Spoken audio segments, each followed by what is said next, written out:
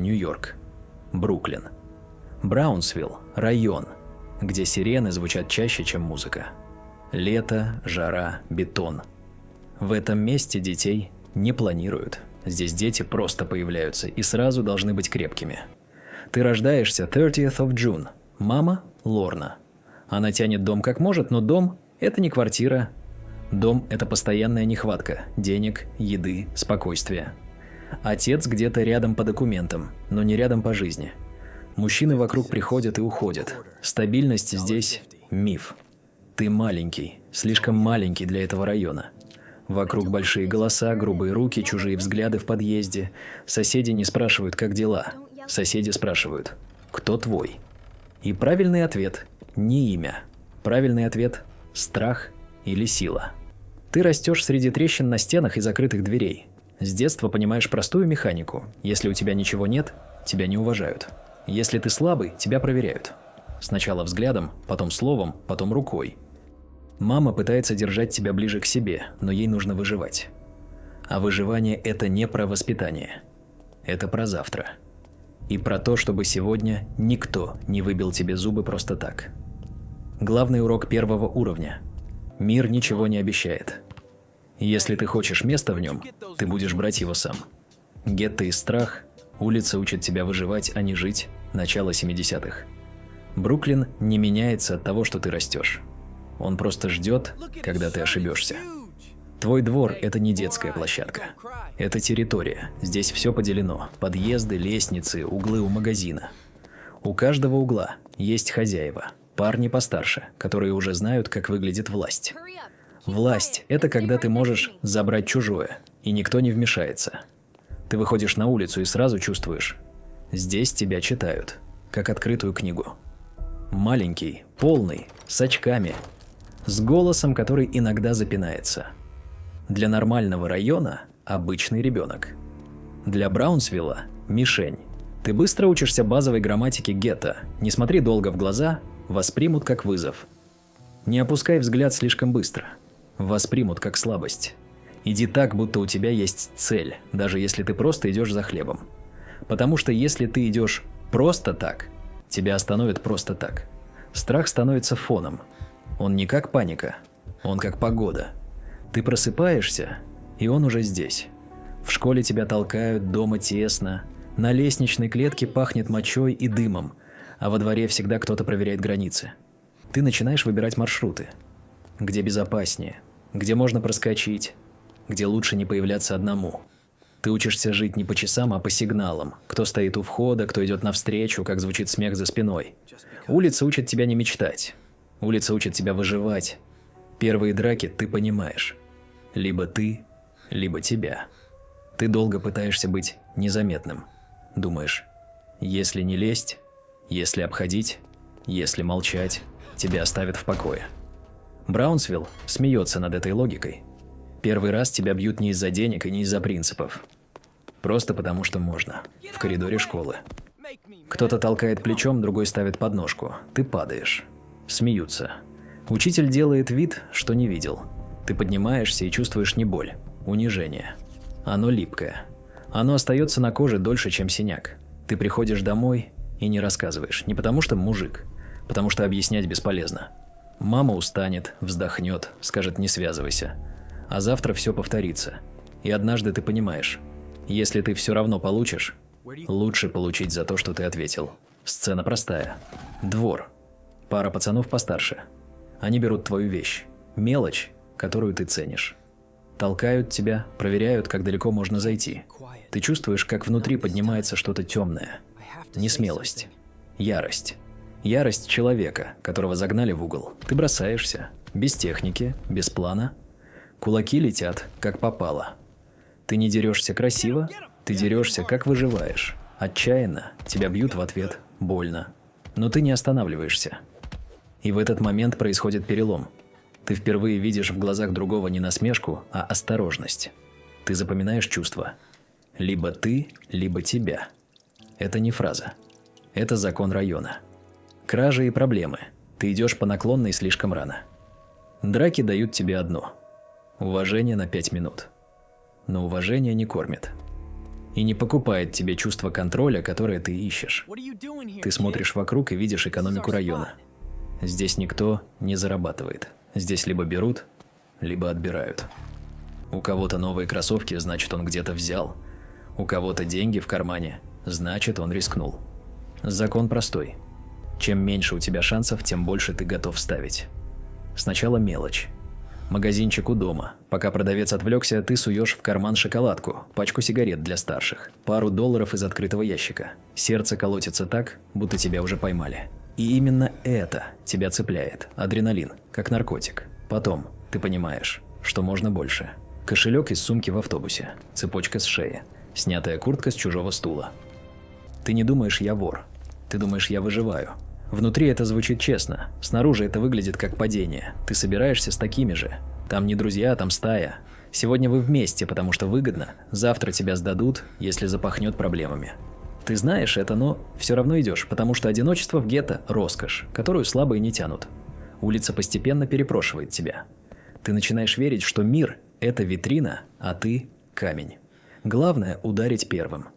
Первый арест – система уже начинает тебя ломать. Однажды удача заканчивается, не драматично, без музыки.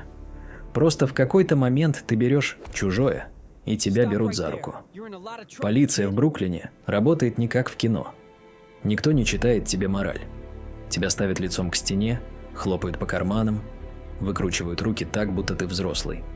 Тебе плевать на боль, тебе важнее другое. Тебя впервые официально признали проблемой. Участок пахнет потом, кофе и чужими страхами. Металл стула холодный, лампа сверху режет глаза. Тебя спрашивают имя, адрес, возраст. Ты отвечаешь, но внутри включается упрямство «я не сломаюсь». И одновременно паника «а если сломают?» Тебя фотографируют, берут отпечатки, маленькие пальцы на грязной подушке с чернилами, и ты понимаешь, что теперь ты в системе. Улица может забыть твой промах, бумага нет. Мама приезжает позже. В ее глазах нет крика, там усталость. Это хуже. Ты ждешь удара, но получаешь тишину. И тишина говорит громче. «Я не знаю, что с тобой делать». С этого момента ты уже не просто мальчик из гетто. Ты тот, кого задерживали. Бирка, которую район принимает как медаль, а жизнь как приговор. Ощущение ненужности. Ты один против всего мира.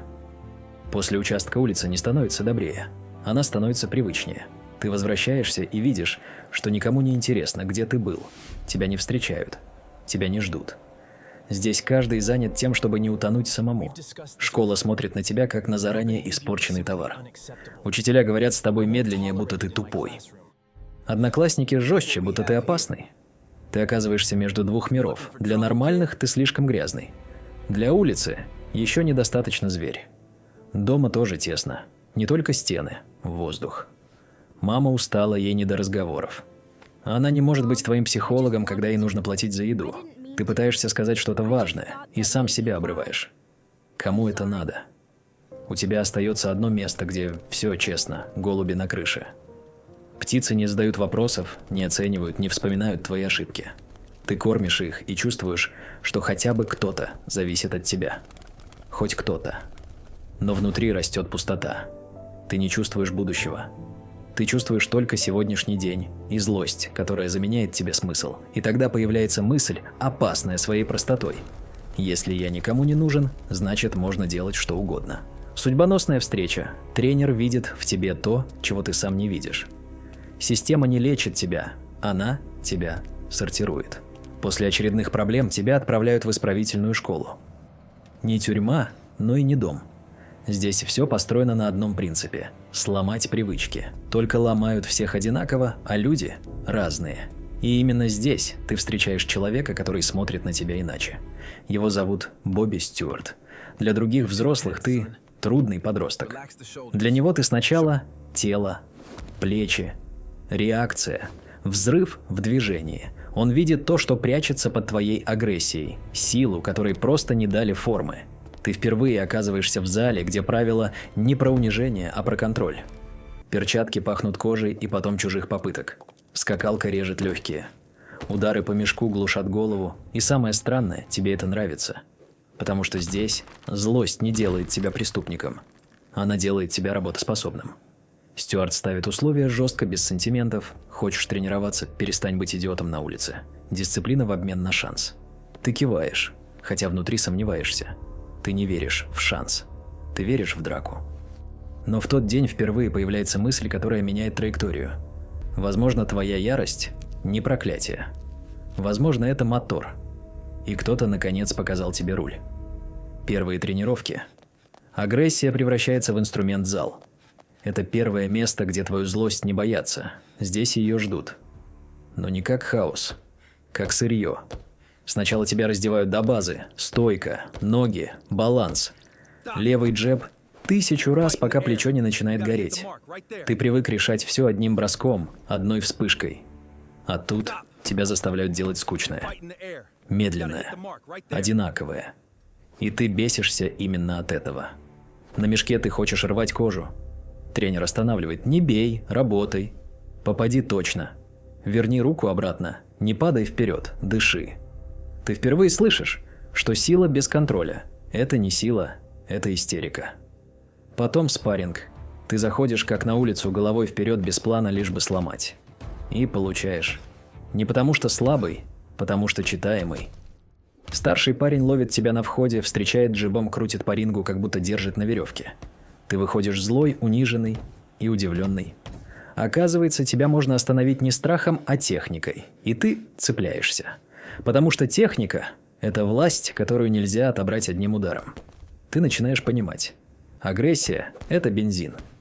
Но если у тебя нет руля и тормозов, ты просто врежешься в стену. Жесткая дисциплина. Тебя ломают, чтобы собрать заново. Потом появляется Каз Дамата. Не как добрый дед. Как человек, который смотрит на тебя и видит не пацана из гетто, а проект. У него глаза спокойные, голос тихий, но внутри – железо. Он говорит о страхе так, будто держит его в руках. Страх как огонь. Он может сжечь тебя, а может греть, если ты научишься управлять. Тебя забирают в другой мир – Кэтскилл. Там нет твоего двора, нет привычных угроз, нет привычного шума. Там есть режим, подъем рано, бег, тени, мешок, лапы, снова тени. Ты ненавидишь первые недели.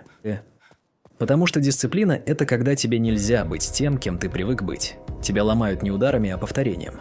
Тебя учат ставить ноги правильно, держать подбородок, не моргать, когда летит удар. Тебя учат думать в бою. Не впрыгнуть и надеяться, а входить, резать углы, прятать голову, взрываться сериями. Каз давит и на голову. Он говорит: ты будешь чемпионом. Ты смеешься внутри. Кому ты нужен, чемпион? А он повторяет это так часто, что фраза начинает жить у тебя под кожей. Дисциплина становится твоей новой клеткой. Но эта клетка, которая не держит тебя, она собирает тебя. Первые победы – ты начинаешь чувствовать контроль. Первые официальные бои не похожи на уличные драки. Здесь есть перчатки, судья, раунды. Здесь нельзя просто сломать, нужно выиграть. Ты выходишь в ринг и чувствуешь старый импульс – броситься. Но теперь у тебя в голове голос Каза. Угол, джеб, шаг, голова в сторону. Ты делаешь то, что тренировал 1000 раз, и вдруг видишь, как соперник теряется. Ты маленький по росту, но огромный по давлению.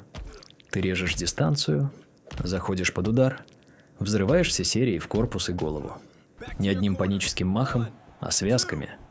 Люди начинают падать быстро, иногда слишком быстро. Победа сначала дает тебе кайф. Потом странное спокойствие. Ты понимаешь, это не случайность, это не повезло. Это контролируемая штука. Ты делаешь шаг, и соперник реагирует. Ты меняешь угол, и он опаздывает. Ты начинаешь управлять другим человеком через движение. И самое важное, ты впервые управляешь собой. Твои руки не живут отдельно от головы. Твои эмоции не ведут тебя за шкирку. Ты можешь злиться и все равно выполнять план. Ты собираешь трофеи на любительском уровне, тебя запоминают, о тебе говорят. Но внутри ты знаешь, это только начало.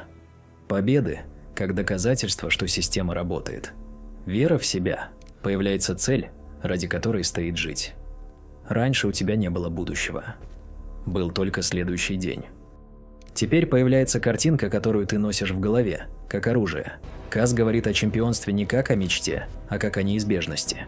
Он показывает тебе видео старых тяжей, заставляет изучать движения, учит видеть закономерности.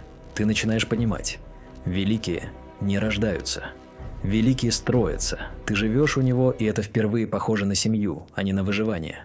В доме тихо, тебя не унижают, тебя не проверяют на слабость. Здесь тебя проверяют на работу, и это честнее. Ты все еще взрывной, все еще раненый внутри. Но теперь у раны появляется смысл. Ты не просто злишься на мир, ты превращаешь эту злость в цель. Стать самым страшным человеком в ринге, стать тем, кого не толкают в коридоре, стать тем, перед кем отводят взгляд.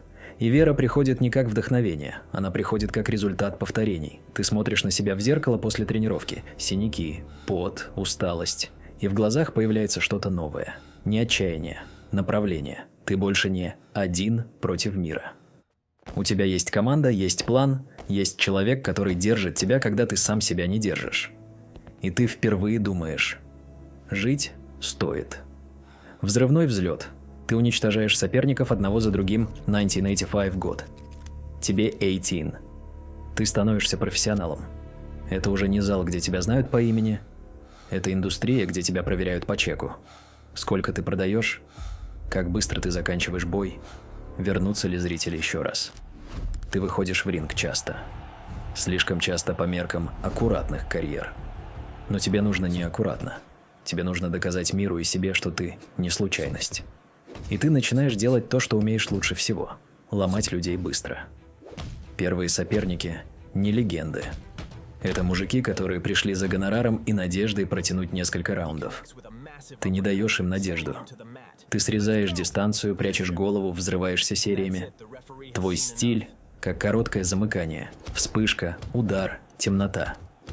Публика это чувствует. Им не важно, кто напротив тебя. Им важно, что ты – событие. Тебя называют сенсацией, монстром, самым страшным подростком в боксе. Твои нокауты идут по телевизору. Люди начинают ждать не бой, а момент. И вот в этом взлете есть ловушка. Скорость начинает казаться нормой. Ты привыкаешь, что все решается за минуту. Что мир уступает, если ты давишь. Но пока это твой золотой период. Техника, плюс ярость, плюс дисциплина еще держатся вместе. Ты не просто выигрываешь. Ты стираешь. Самый молодой чемпион, ты на вершине мира, 1986 год. Тебе 20. В тяжелом весе это возраст, когда другие только учатся не ошибаться. Ты уже выходишь за титул. Ночь боя, как сон на максимальной громкости. Свет, рев, чужие лица в первом ряду, которые никогда не жили в твоем районе. Они смотрят на тебя как на экзотику, а ты смотришь на них как на доказательство: я вышел отсюда. Гонг. И ты делаешь то, что отработал в тишине зала. Ты не паникуешь, не бросаешься, ты давишь умно. Шаг, угол, серия. Ты видишь, как чемпион начинает сомневаться, а сомнение в тяжелом весе – это смерть. Ты выигрываешь. И в момент, когда объявляют результат, происходит странная вещь. Мир будто отстает на секунду. Ты слышишь крики, видишь вспышки камер, но внутри тишина. Ты на вершине. Ты чемпион мира в супертяжелом весе. Самый молодой в истории. И в эту секунду тебе кажется, что все решено. Что теперь никто никогда не сможет вернуть тебя в прошлое. Что титул – это броня от боли, от бедности, от унижений. Но титул не броня. Это мишень. С этого дня ты не просто боксер. Ты – деньги. Ты – заголовки. Ты – власть. И каждый вокруг теперь хочет быть рядом с чемпионом. Деньги и слава – все приходит слишком быстро. Слава бьет сильнее, чем любой соперник, потому что у нее нет правил. Вчера ты был парнем, который встает рано и делает тени. Сегодня тебе открывают двери. Улыбаются люди, которые бы не посмотрели на тебя в метро. Тебе дают контракты, ключи, кольца, подарки. Тебе говорят: ты великий так часто, что это начинает звучать как факт природы. Деньги решают бытовое. Но создают новую проблему. Вокруг появляются те, кто хочет жить твоей жизнью за твой счет. Они называют себя семьей, командой, братьями. Их главный талант – быть рядом, когда ты на коне. Ты начинаешь тратить быстро, потому что внутри все еще живет мальчик из Браунсвилла. Если сегодня есть, надо брать. Машины. Дома, охрана, вечеринки, где слишком много шума и слишком мало смысла. И постепенно меняется режим. Не резко. По миллиметру. Пропустил пробежку. Ничего. Сократил тренировку? Бывает. Заменил дисциплину на настроение. И вот ты уже не контролируешь то, что раньше держало тебя собранным. Слава убеждает тебя, что ты можешь нарушать законы физики. Что ты особенный не потому, что работаешь, а потому, что ты – это ты. А это самая опасная мысль для чемпиона. Потеря наставника. Ты теряешь человека, который держал тебя. И вот тут ты по-настоящему понимаешь, что Каз был не тренером. Он был твоим фундаментом. Его смерть – не просто новость. Это исчезновение голоса, который держал тебя в рамках, когда ты сам хотел разнести все вокруг. Пока он был рядом, у тебя всегда оставалась верхняя граница. Даже если ты бесился, даже если срывался, ты знал, что есть человек, который посмотрит и скажет «соберись». Теперь этого человека нет. Ты можешь быть чемпионом мира, но внутри ты снова тот же мальчик, который не знает, куда девать страх и злость. Только теперь у этого мальчика миллионы долларов и абсолютная безнаказанность в глазах толпы. Тебя окружают новые советники, менеджеры, друзья. Они не говорят «нет». Они говорят «да, чемпион», потому что «нет» не оплачивается. И самое жесткое – Каз не увидел твою вершину так, как ты хотел. Титул есть. А того, кому ты хотел его показать, нет. Победа становится не праздником, а пустотой, которую ты пытаешься забить шумом. Ты начинаешь понимать. Успех без опоры – это несчастье. Это скорость без тормозов. Пустота внутри. Победы больше не дают счастья, ты все еще чемпион. Пояс на талии, камера в лицо, люди встают, когда ты входишь. На табло твоя фамилия. В голове тишина. После смерти Каза победа перестает быть разговором с наставником. Раньше ты выигрывал, и в этом было «мы сделали». Теперь ты выигрываешь, и в этом только «ну и что дальше?». Ты защищаешь титулы, выходишь в ринг, делаешь свое дело. Тело помнит механику. Шаг, угол, серия. Толпа взрывается, соперник падает, рефери разнимает. И вот момент, который должен быть счастьем, а внутри пусто. Как будто ты нажал кнопку нокаут, а награды за это больше нет. Ты начинаешь искать чувство, которое раньше давала дисциплина, ясность. Но ясности нет. Есть шум, есть люди вокруг, есть вечеринки. Есть деньги, которые можно сжигать, чтобы хоть что-то почувствовать. Самое опасное, ты начинаешь путать уважение со страхом и думать, что страх людей – это любовь. Но страх не греет, он только делает тебя еще более одиноким. И ты замечаешь, чем больше у тебя внешнего, тем меньше у тебя внутреннего. Чем ярче свет софитов, тем темнее становится, когда остаешься один. Первой зависимости ты начинаешь убегать от себя. Сначала это выглядит как просто расслабиться. Ты говоришь себе «я заслужил». У меня была дисциплина, у меня были тренировки, у меня было детство, которого не должно было быть. Теперь можно. Алкоголь появляется как способ выключить голову, не думать, не чувствовать, не вспоминать. Потом появляются таблетки, порошки, все, что обещает быстрый переключатель. И ты любишь это не потому, что тебе весело. Ты любишь это потому, что на пару часов ты не ты, а быть собой становится тяжело. Ты замечаешь, что без этого ты раздраженный, пустой, злой, а с этим нормальный. Так и начинается зависимость. Когда нормально, невозможно без костыля. Тренировки начинают страдать не сразу. Ты все еще зверь, все еще сильный, все еще быстрый. Но режим рассыпается. Поздние ночи, пропущенные пробежки, лишний вес, усталость, которую ты прячешь за агрессией. Окружение не останавливает. Окружение подносит. Потому что чем больше ты потерян, тем легче тебя вести. Ты думаешь, что контролируешь. Чемпион же. Но зависимость – это соперник, которого нельзя нокаутировать в первом раунде. Потеря контроля, ночи, хаос, агрессия усиливаются. Ты был машиной, настроенной Казом. Четкие движения, холодная голова, ярость в нужный момент. Теперь машина едет без водителя. Ночи становятся длиннее дней. Вечеринки, как обязанность. Люди вокруг меняются каждый час, но смысл один. Шум, алкоголь, случайные разговоры, чужие руки, охрана у дверей, деньги на столе.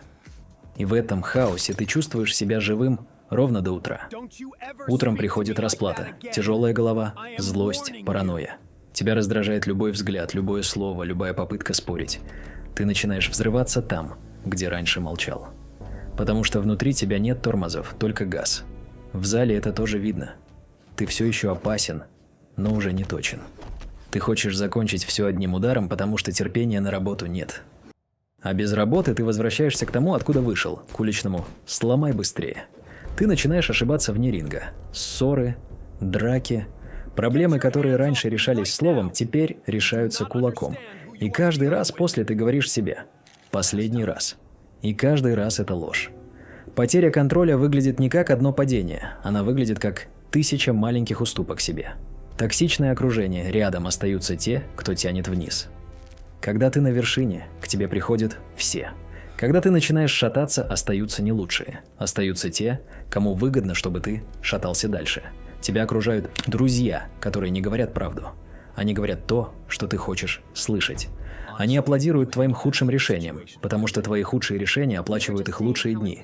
Тренеры меняются, менеджеры спорят, советники тянут в разные стороны. Ты слышишь много голосов, но среди них нет того одного, который мог бы сказать «стоп, домой, спать, завтра тренировка». Каз бы сказал, эти не скажут «не». Появляется ощущение, что тебя используют как банкомат с кулаками. Ты даешь деньги, тебя любят. Ты выигрываешь, тебя любят. Ты сомневаешься, тебя подталкивают обратно в шум, чтобы ты не успел подумать. И самое горькое, ты начинаешь верить, что это и есть нормальная жизнь чемпиона, что иначе нельзя, что одиночество страшнее, чем плохая компания. Но плохая компания – это тоже одиночество, только громкое. Скандалы и срывы, ты разрушаешь себя публично. Проблема чемпиона в том, что его падение всегда на виду. Твои ошибки не остаются между тобой и стеной. Они становятся заголовками. Ты срываешься, и это обсуждают на телевидении. Ты кричишь, дерешься, делаешь глупости, и это превращают в шоу. Люди, которые никогда не держали удар, учат тебя, как надо себя вести. Каждый скандал делает две вещи. Он бьет по репутации и еще сильнее бьет по тебе внутри. Потому что ты видишь, ты не тот, кем хотел стать у кассы дома. Ты не тот собранный монстр, который работал ради цели. Ты снова хаос, только богатый и знаменитый. Ты пытаешься оправдаться, меня провоцировали. Они виноваты. Я устал. Иногда это правда. Но даже правда не меняет сути. Ты теряешь контроль, и мир это фиксирует как статистику. И чем больше ты чувствуешь стыд, тем сильнее хочется заглушить его тем же способом, который уже разрушает тебя.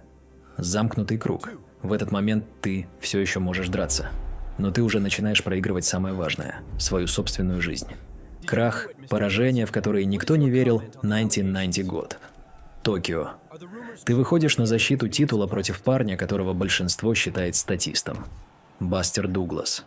Высокий, неудобный, но не уровень. Ты сам в это веришь. Твои лагеря уже не такие, как при кассе. Там было «надо», здесь стало «можно». Можно позже лечь. Можно пропустить. Можно понадеяться на талант. Ты же Тайсон. Ты же заканчиваешь бои раньше, чем люди успевают сесть.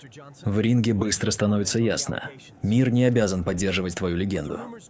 Дуглас не падает от первого давления. Он двигается, джебит, держит дистанцию. Он бьет и не боится.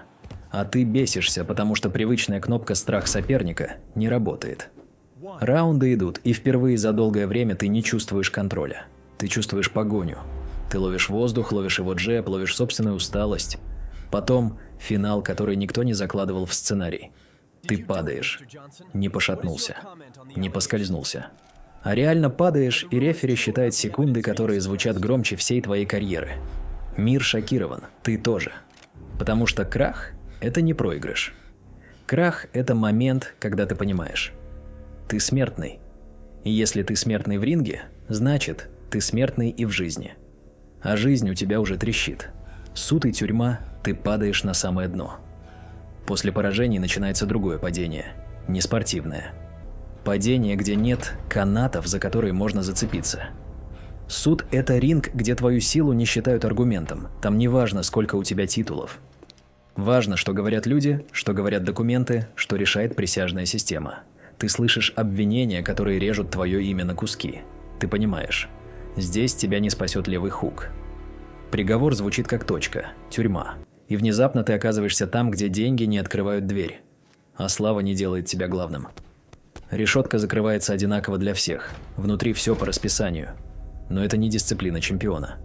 Это дисциплина заключенного. Ты просыпаешься, и тебя считают. Ты идешь, и тебя считают. Ты молчишь, и тебя считают. Здесь ты не Майк Тайсон. Здесь ты номер, тело, проблема. Ты пытаешься держаться за единственное, что умеешь – тренироваться. Отжимания, тени, работа в голове. Но тюрьма забирает не мышцы. Тюрьма забирает ощущение, что ты хозяин своей жизни. И впервые ты остаешься без шума, который всегда заглушал тебя. Без людей, которые поддакивают. Без ночей, которые стирают память. Остаешься только ты и то, что ты натворил. Одиночество и мысли. Ты остаешься наедине с собой. Тюрьма не всегда про насилие. Иногда она про тишину, которая давит сильнее. Ты сидишь и вдруг слышишь себя. Настоящего. Без аплодисментов, без угроз, без камер. И этот «ты» тебе не нравится. Потому что внутри много не силы, а боли, которая годами пряталась за агрессией. Ты вспоминаешь Браунсвилл. Вспоминаешь, как тебя ломали в коридорах школы. Как ты научился брать, потому что иначе не выжить. Как Касс дал тебе структуру. И как ты потом сам ее предал, когда стал слишком большим, чтобы слушать. Ты начинаешь читать. Не потому что стал умным, потому что книги – это единственное место, где можно выйти за стены, не выходя. Ты думаешь о страхе, о контроле, о том, что именно ты пытался доказать всем этим поясом. И самое тяжелое – признать. Ты всю жизнь искал не титул. Ты искал ощущение, что тебя нельзя унизить, что тебя нельзя бросить, что ты кому-то нужен, в тюрьме некого впечатлять.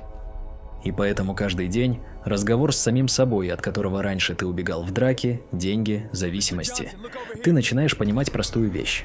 Если ты выйдешь таким же, ты снова все разрушишь. Вопрос только в том, хватит ли у тебя сил измениться, когда свобода вернется. Попытка вернуться, ты хочешь все исправить 1995 год. Ты выходишь. И мир встречает тебя как шоу. Камеры, контракты, ожидание крови. Все хотят одну картинку. Тайсон снова страшный. Ты тоже этого хочешь. Потому что быть страшным привычнее, чем быть спокойным. Первые камбэки проходят быстро. Нокауты возвращаются, публика орет, деньги текут рекой. Тебе кажется, вот он, перезапуск. Вот сейчас ты все исправишь. Ты даже снова берешь титул. Вроде бы все на месте, пояс, интервью, статус. Но внутри ты уже другой, и одновременно тот же. Ты не вылечил все трещины. Ты просто заклеил их победами. Потом приходит бой, который ломает иллюзию. Холлифилд. Он не боится, он не плывет, он давит опытом и характером. Ты проигрываешь.